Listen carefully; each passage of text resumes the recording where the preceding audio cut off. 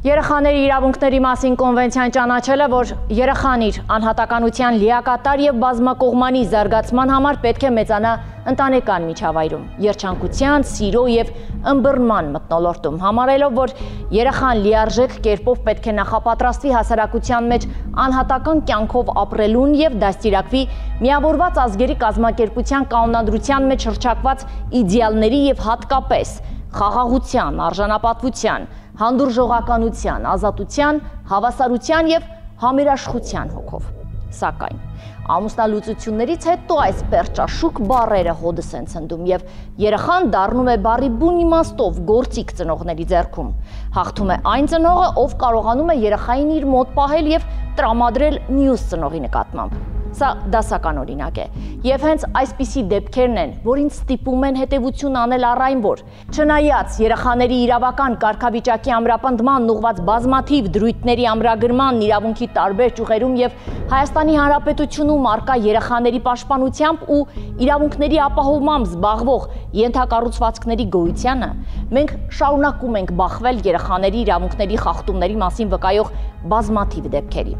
Բացակայում է իրապես մարդասիրական, համաչափ եւ կշռադատված մոտեցումը, որը կվկայեր մեր հանրապետությունում երեխաների նկատմամբ լիարժեք հոգատարության, կյանքի եւ առողջության անձեռնխելիության եւ այլ իրավունքների պաշտպանության մասին։ Եվ ուրեմն, առանց մայրական խնամքի մնացած երեխաներ եւ մոր կողմից սկսված իրավական պայքար դատարանում։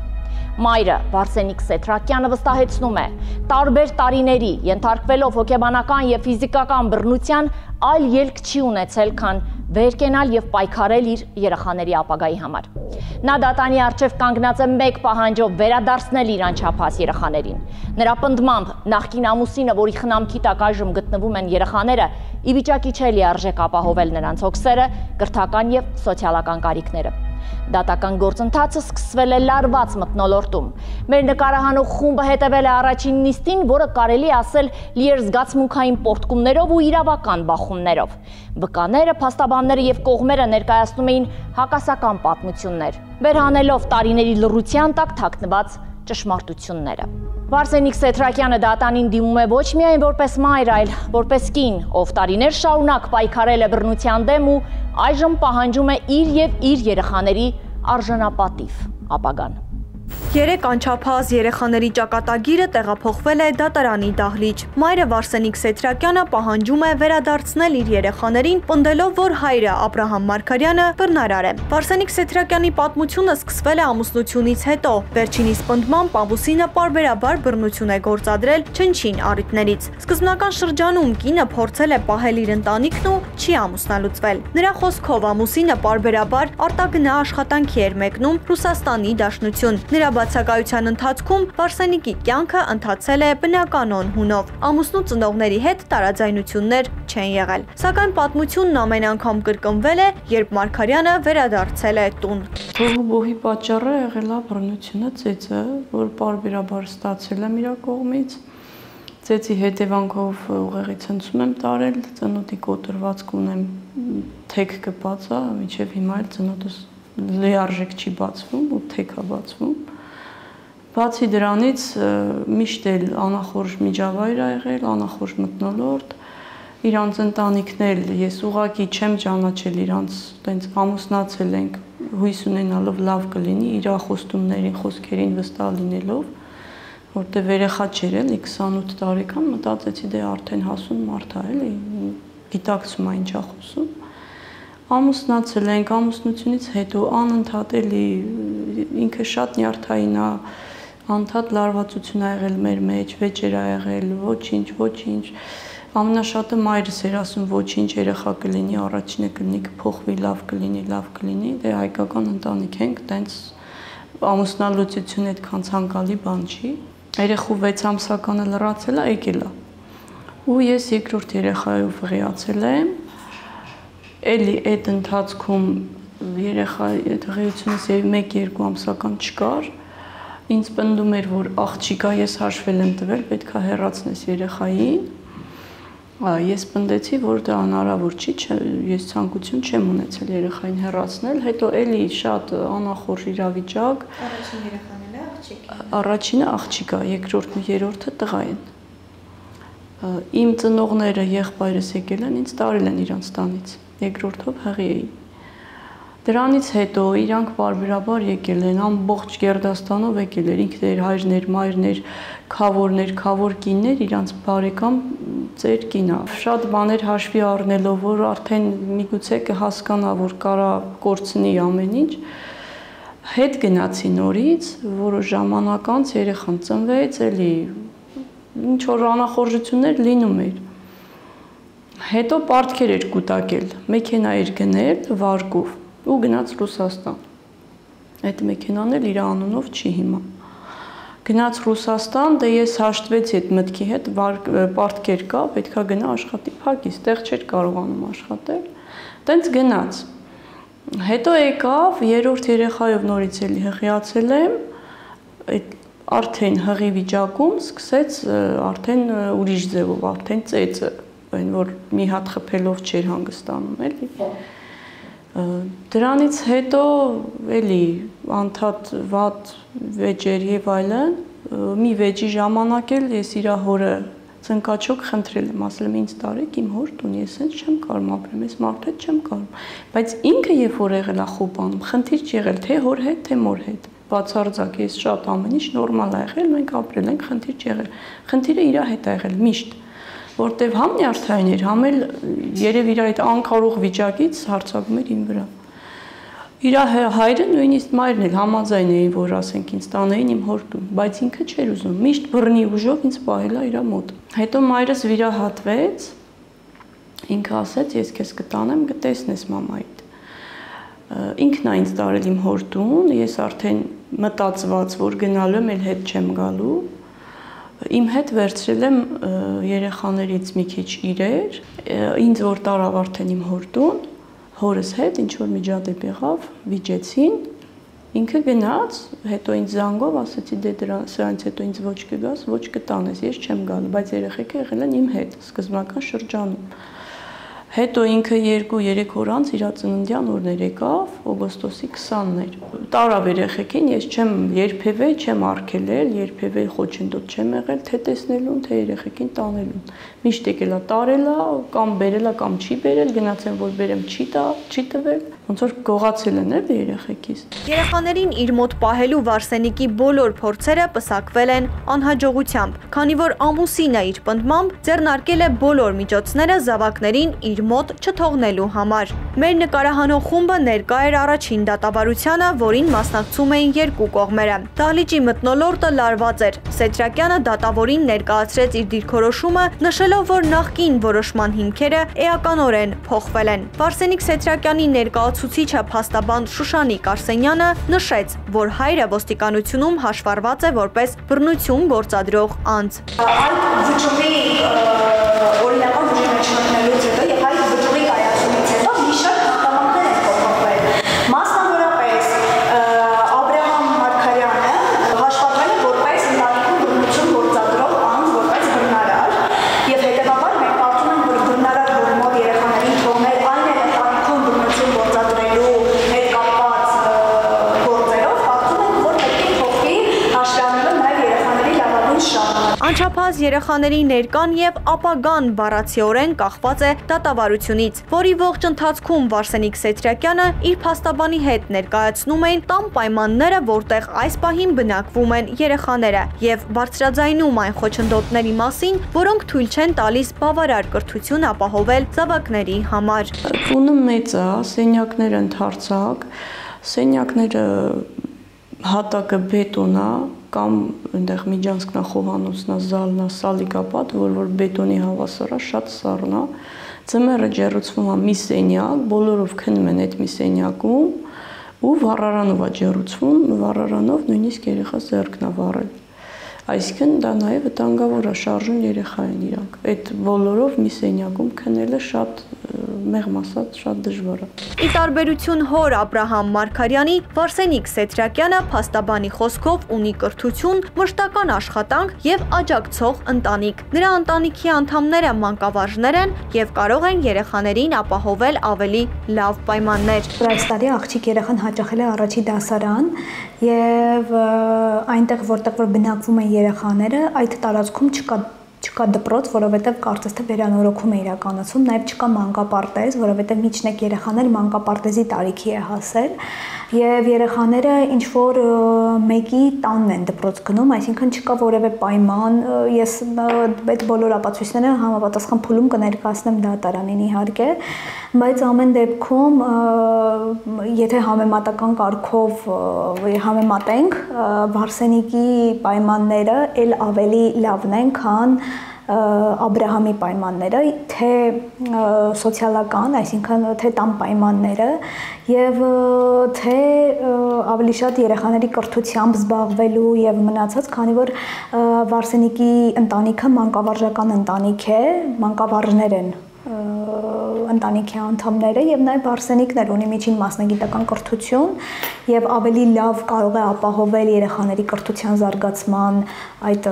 հեռանկարները, քան Աբրահամը, ով ապրում է իր 70-անց մայրիկի հետ, այսինքն տատիկը որպես այդպիսին իմ կարծիքով չի կարող էլ ավելի լավ երեխայի կրթությամբ, դաստիարակությամբ զբաղվել, քան բնականաբար մայրիկը։ Դատական նիստի ընթացքում Աբրահամ Մարգարյանի փաստաբան Թամարա Գրիգորյանը սփոփեց ներկաներին եւ դատավորին, ասելով, որ երեխաները որոշ չափով ապահովված են կրթություն եւ դաստիարակություն ստանալու հնարավորությամբ։ Երեխաները որոշ չափով ապահովված են նաև կրթություն, դաստիարակություն ստանալու հնարավորություններով, նշեմ, որ երեխաները այո հաճախում են գյուղի պայմաններում գործող համապատասխան հաստատություններ, նշեմ, որ կողմը եւս գյուղում է բնակվում եւ ինչքան որ ես ինչքան որ տեղյակ եմ, անգամ իրենց գյուղում մի որոշ ժամանակ մանկապարտեզ չկար։ Հիմա չգիտեմ կա թե չէ, դա խնամակացության կառավարության արժեքը կնշի, բայց անգամ մանկապարտեզ չկար եւ գյուղի պայմանները չի կարող պայմանավորվել երեխաների կոնկրետ դեպքում իմ վստահորդի իր երեխաների բնակության վայրը իր մոտ որոշելու կամ իր մոտ մնալու հանգամանքով չի կարող պայմանավորել։ Նախքան դատական նիստը օգոստոսի 14-ին Մարտունիում տեղի էր ունեցել խնամակալության եւ հոգաբարձության հանձնաժողովի նիստը։ Մեր նկարահանող խումբը փաստաբանից տեղեկացավ, որ հանձնաժողովի նիստի ժամանակ Աբրահամ Մարգարյանը դրսևորել էր ագրեսիվ եւ անադեկվատ պահվածք։ Նա նաեւ փորձել է մոլորեցնել հանձնաժողովին, պնդելով, թե եղբայրը Երևանում աշխատում է։ Մինչդեռ վերջինս այդ պահին գտնվել է քրեակատարողական հիմնարկում։ Խնամակալության մարմիններից Գառնի համայնքի խնամակալության եւ հոգաբարձության մարմնի եզրակացությունը հետեւյալն է, որ Վարսենիկը շատ հոգատար մայր է իր երեխաների համար, այն տունը, որտեղ որ բնակվում է Վարսենիկը, շատ կոկիկ, մաքուր, հարմարավետ առանձնատուն է, եւ Վարսենիկը իզորու է իր երեխաներին խնամել եւ դաստիարակել եւ ապահովել երեխաների կայուն զարգացումը։ Իսկ Մարտունու խնամակալության եւ հոգաբարձության հանձնաժողովը իր եզրակացության մեջ նշել էր, որ այն տունը, որտեղ որ ապրում է Աբրահամ Մարգարյանը առանձնատուն է կիսաբերանորոգված եւ տունը թափթփված եւ կեղտոտ է եղել այն ժամանակ, երբ որ խնամակալության եւ հոգաբարձության մարմնի աշխատակիցները տնայց են կատարել Աբրահամ Մարգարյանի տուն։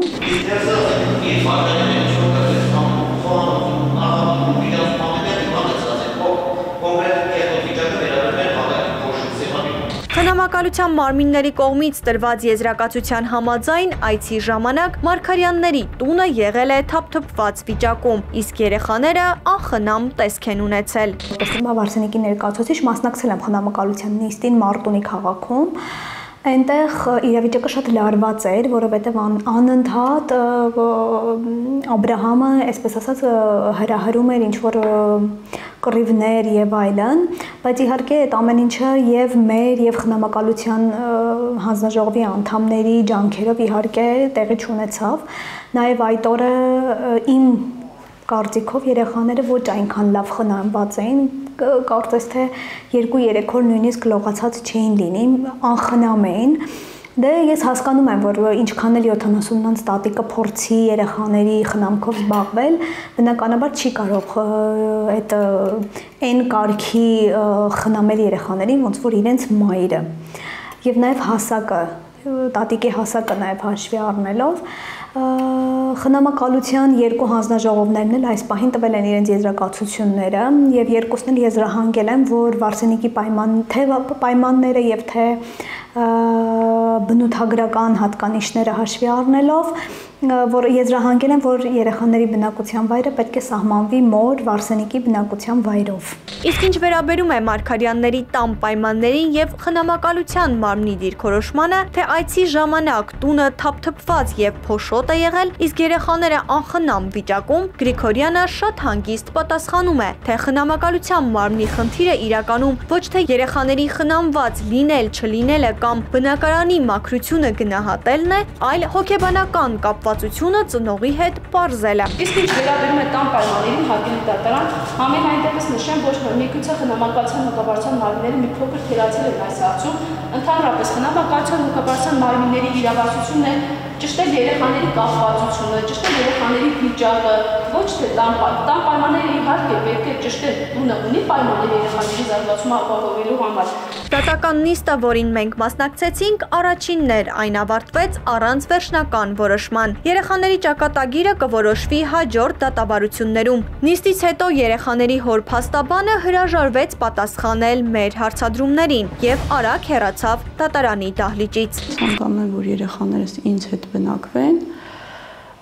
որովհետև ուղղակի շատ վտանգավոր ամեն անգամ, երբ որ ես գնում եմ տեսակցելու երեխաներին, իմ հետ գալիս են ոստիկաններ, իմ հետ գալիս են ԴՀԿ-ի ներկայացուցիչը։ Առանց իրանց, երբ որ ես գնում եմ, ասենք կարող է լինի երեխաներին տուն տանելուց, անպայման մի հատ հայոյանք, մի հատ զզվելի բառ, ինչ որ իմ ներկայությամբ ասում են ինձ, էլ չասեմ առանց ինձ ինչեր են խոսում։ Երեխաներին սովորացնում են շատ ամենատարբեր վատ բաները։ Ձեր մաման սենց, ձեր մաման այնց, ես չեմ ուզում իրանց բառերը նույնիսկ կրկնեմ։ Ես գտնում եմ, որ ուղղակի երեխեքի համար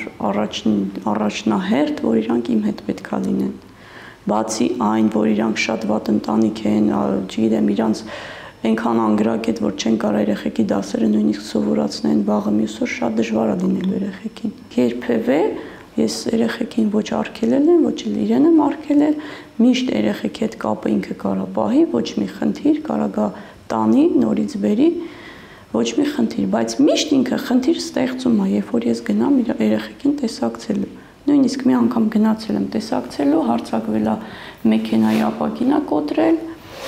այդ գործի հետ կապված ես հաղորդում եմ տվել ոստիկանությունում։ Մինչև էդ էլի անընդհատ անախորժ իրավիճակ, թե ինքը, թե մայրը հարձակվել են մեզ վրա, հայհոյանքներ, շատ վատ խոսքեր, բայց հաղորդում չեմ, մենակ այդ ապակին կոտրելու հետ կապված եմ հաղորդում տվել, դե մենակ ապակին չի կոտրել, ինձ էլ ա խփել, մազերս քաշում էր, հայհոյանքներ եւ այլն, նույնիսկ որովայնից էլ խփել ոտով, այդ պարեկները եկան ֆիքսեցին, հետքը մնացել էր որովայնից վրա։ Հիմա այս պահին ինքը հաշվառված է որպես բռնարար։ Ուղղակի իմ խնդրանքը մեդիաներից, որ ոչ թե որ նյութը տարածվի կամ մարդիկ տեսնեն իմանան, նաև դա, բայց առաջին հերթին, եթե կարա այդ ինչ որ ձև ազդի պատկան մարմինների վրա, ուղղակի ինձ օգնեն, որ երեխեքը գան իմ մոտ։ Սույն դատական նիստում մեր դատարանի կողմից պարզվեց մեր կողմից ներկայացված հայցեդումի հիմքը եւ առարկան, այսինքն մենք ներկայացրեցինք հայցեդումի առարկան եւ փաստական հիմքը, այնուհետեւ մեր կողմից նաեւ ի սկզբանե ներկայացվել էր հայցի ապահովման միջնորդություն, մասնավորապես դատարանի խնդրել ենք, որպեսզի պարտավորեցնի Աբրահամ Կարլինի Մարգարյանին երեխաների խնամքը հանձնել մորը Վարսենիկ Սեթրակյանին։ Այս միջնորդությունը դատարանի կողմից քննարկվեց եւ դրա արդյունքում կայացվելիք դատական ակտը կհրապարակվի սույն թվականի սեպտեմբերի 12-ին դատական իշխանության պաշտոնական կայքեջում։ Վարսենիկ Սեթրակյանի փաստաբանի միջնորդությունը սեպտեմբերի 12-ին դատարանի կողմից մերժվեց։ Որոշումը Շուշանիկ Արսենյանի կողմից բողոքարկվել է։ Ինչ պայմաններում եւ ինչպես կշարունակվի 3 երեխաների անվտանգ ու խաղաղ մանկությունը։ Միշտ դատարանի ճշմարտությունը դեռ ձևավորման փուլում է, նրանց ճակատագիրը մնում է անձնական պատմությունների, փորձաքննությունների եւ մեղադրանքների խճճված ասպարեզում, սպասելով մեկ պարզ հարցի պատասխանի. ով է առաջին հերթին պատասխանատու նրանց համար՝ դատական ակտը, թե մարդկային համերաշխությունն ու արագ արձագանքը։ Եթե դատարանը որդեգրի երեխաների շահը որպես ամենաբարձր չափորոշիչ, այս պատմությունը կարող է ավարտվել նոր, ապահով ուղեգրով նրանց համար։ Եթե ոչ, 3 երեխաների տառապանքը կարող է թողնել անդառնալի հետքեր։ Այս դեպքում արդարությունը չի լինի միայն դատավճիռ, այն կլինի 3 փոքր ձեռքերի վրա դրված ապագա։